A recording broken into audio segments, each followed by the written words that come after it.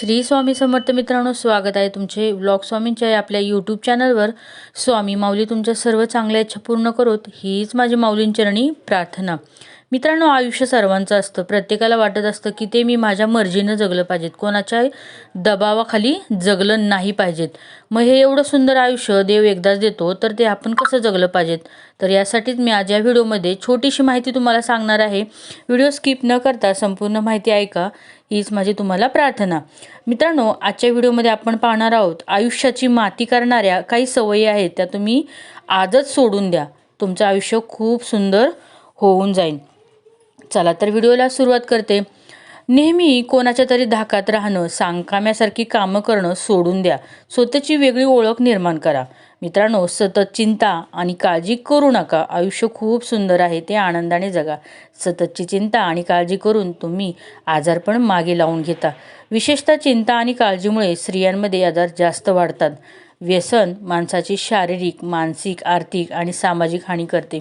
ही हानी कधीही भरून न येणारी असते, त्यामुळे व्यसनापासून तुम्ही होता होईल तेवढं लांब राहा। मनामध्ये न्यूनगंड बाळगू नका, स्वतःला कमी लेखल्याने स्वतःचा आत्मविश्वास कमी होतो। मित्रांनो, आत्मविश्वास कमी झाला तर तुम्ही समाजात आणि चार लोकांमध्ये वावरूही शकणार नाही। तसेच मित्रांनो, आळसामुळे आपले व्यक्तिमत्व, कर्तव्य, बुद्धी नेहमीच मागे पडते। आळस झटकून कामाला लागले तर आयुष्यात पुढे जाणं खूप सोपं होऊन जातं। घरातील खाजगी गोष्टी कधीही लोकांना सांगू नका, नाहीतर लोक पाठीमागे तुमची मस्करी करतील, तसेच वेळप्रसंगी गैरफायदा देखील घेऊ शकतील।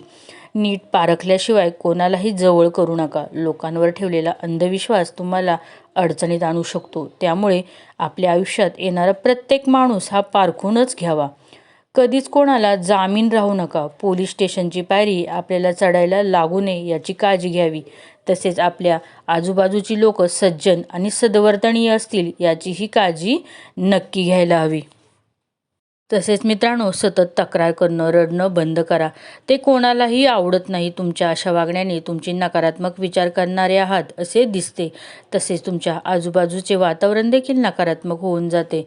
तसेच मित्रांनो, कोणावरही लगेच विश्वास ठेवू नका, विश्वासघात होऊ शकतो, कारण हे कलियुग आहे, स्वार्थाशिवाय कोणीही तुमच्याजवळ येणार नाही। विनाकारण स्तुती करणारे, जवळीक दाखवणारे यांचा सुप्त हेतू ओळखा, हेतू ओळखला नाही तर तुमचे नुकसान नक्कीच अटळ आहे। तारुण्य परतून येत नाही, म्हणून तारुण्यात बेछूट वर्तन करू नका, सगळ्या गोष्टींचा आनंद घ्या, परंतु कुठल्याही चुकीच्या कामात किंवा अडचणीत सापडून आपले आयुष्य बर्बाद करू नका। तुमच्याकडे असणारे स्किल कधीही वाया घालवू नका, त्याचा योग्य तो मोबदला घ्या, कारण फुकट मिळलेल्या गोष्टींची लोकांना किंमत अजिबात नसते।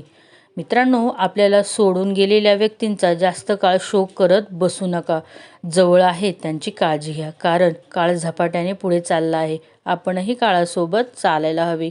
शोक केल्याने आपल्या आयुष्यातून निघून गेलेली व्यक्ती परत येत नाही, म्हणूनच आपल्याजवळ जे आहे त्यांना जपायला शिका।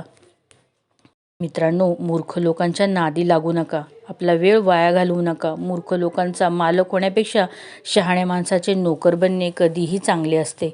तसेच मित्रांनो, रागात उचललेले पाऊल हे नेहमी चुकीच्या दिशेने घेऊन जाते, म्हणून नेहमी आपलं डोकं शांत आणि मन स्थिर करा। कोणाच्याही गोष्टींचा अतिरेक करू नका, अति सर्वत्र वर्जते, मग ते कुठल्याही बाबतीत असो, आपली वागणूक असो किंवा आपले समाजातील वर्तन असो। स्वतःच्या कम्फर्ट झोनमधून बाहेर पडा आणि काहीतरी नवीन शिकण्याचा प्रयत्न करा। रिस्क घेऊन काम करा, रिस्क घेतल्याशिवाय मोठे यश कधीच मिळणार नाही। सोशल मीडिया, टीव्हीवरील मालिका आणि चित्रपट यामध्ये दाखवलेल्या सगळ्या गोष्टी खऱ्या नसतात मित्रांनो, त्या आभासी असतात, हे कायम लक्षात असावे। तुमचा पगार कधीच कोणाला सांगू नका, तुमच्या पगारावरून लोक तुमची किंमत ठरवतात, तुम्हाला किती मान सन्मान द्यायचा ते ठरवतात। स्वतःला गरजेपेक्षा अधिक महत्त्व देऊ नका, कारण स्वतःला गरजेपेक्षा जास्त महत्त्व दिल्याने अहंकार निर्माण होतो आणि अहंकारामुळे दुर्गती सुरू होते। तुमच्या आणि तुमच्या जोडीदाराच्या आयुष्यात येणारी माणसे नीट पारखा, पारखण्यात चूक झाली तर आयुष्य बर्बाद झालेच म्हणून समजा। आपल्या भावनांना योग्य वेळी वाट मोकळी करून द्यावी, नाहीतर भावनांचा उद्रेक होतो किंवा भावना मनामध्ये साठवून ठेवल्यास मानसिक आरोग्य बिघडू शकते। यामुळे आपणास अनेक अडचणींचा सामना करावाच लागतो, पण अनेक आजार निर्माण होतात. आर्थिकरित्या साक्षर बना, नाहीतर कितीही पैसे आले तरी त्याची बचत आणि गुंतवणूक होणार नाही. परिणामी परिस्थिती आहे तशीच राहणार. देवावर विश्वास ठेवा, स्वामी माऊलींवर विश्वास ठेवा. माणुसकी कधीच सोडू नका. आपण जपलेली माणुसकी म्हणजेच ईश्वर भक्ती आहे. ही स्वामींची सेवा आहे. समाजामध्ये माणुसकीने वागला तर कोणत्याही देवाला जाण्याची गरज पडणार नाही. देव आपल्या कर्मातच भेटेल. वाईट सवयी जडण्याचे सर्वात मोठे कारण म्हणजे आपली संगत. नेहमी चांगल्या माणसांची संगत निवडा. आपल्या आजूबाजूला नेहमी चांगले लोक असू द्या. शिळ्या भाकरीला आणि तुटक्या चपलीला कधीही नावं ठेवू नका. कारण भाकरी आज शिळी आहे, पण काल त्याच भाकरीने आपलं पोट भरलं होतं. आणि चप्पल आज तुटलेली असेल, पण तिने काल आपल्याला आधार दिला होता, आपल्याला चटके बसून दिले नव्हते. म्हणून आपल्या आयुष्यातील प्रत्येक व्यक्ती फार मोलाची आहे आणि तिची किंमत ही वेळ आल्यावरच कळते, हे लक्षात ठेवा. जर एखादी व्यक्ती तुमच्याबरोबर वाईट वागली असेल तर लगेच नातं तोडण्याची घाई करू नका. थोडा वेळ द्या, विचार करा, नाहीतर नंतर पश्चाताप होईल. आपल्या यशाचा रुबाब आईवडिलांसमोर करू नका, कारण त्यांनी आयुष्यभर मेहनत करून तुम्हाला जिंकवले, हे विसरू नका.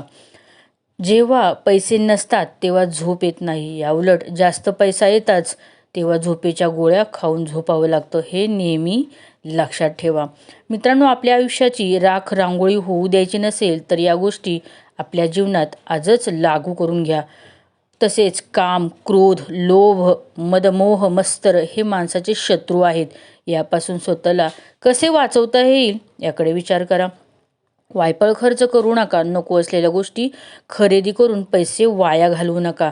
आपल्या पत्नीशी प्रामाणिक राहा. आपले सांसारिक आयुष्य आपल्याच हातात असते, ते उद्ध्वस्त करू नका. उधार दिलेले पैसे परत मागण्यास लाजू नका, लाज बाळगू नका.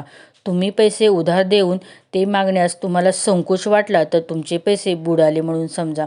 वेळोवेळी व्यक्त व्हा. तुम्ही आतल्या आत जर स्वतःचा कोंडमारा केला तर तुमचं मानसिक आरोग्य बिघडणारच असे समजा. तसेच मित्रांनो, अनेक मित्र बनवा, कुटुंब जपा आणि स्वतःलाही जपा. मित्रांनो, कसा वाटला व्हिडिओ आवडला असेल तर नक्की लाईक करा. कमेंटमध्ये श्री स्वामी समर्थ कमेंट नक्की करा. व्हिडिओ आवडला असेल तर तुमचे नातेवाईक मित्रमंडळींना नक्की शेअर करा आणि एक छानशी कमेंट नक्की करा. अनंत कोटी ब्रह्मांड नायक श्री स्वामी समर्थ. श्री गुरुदेव दत्त.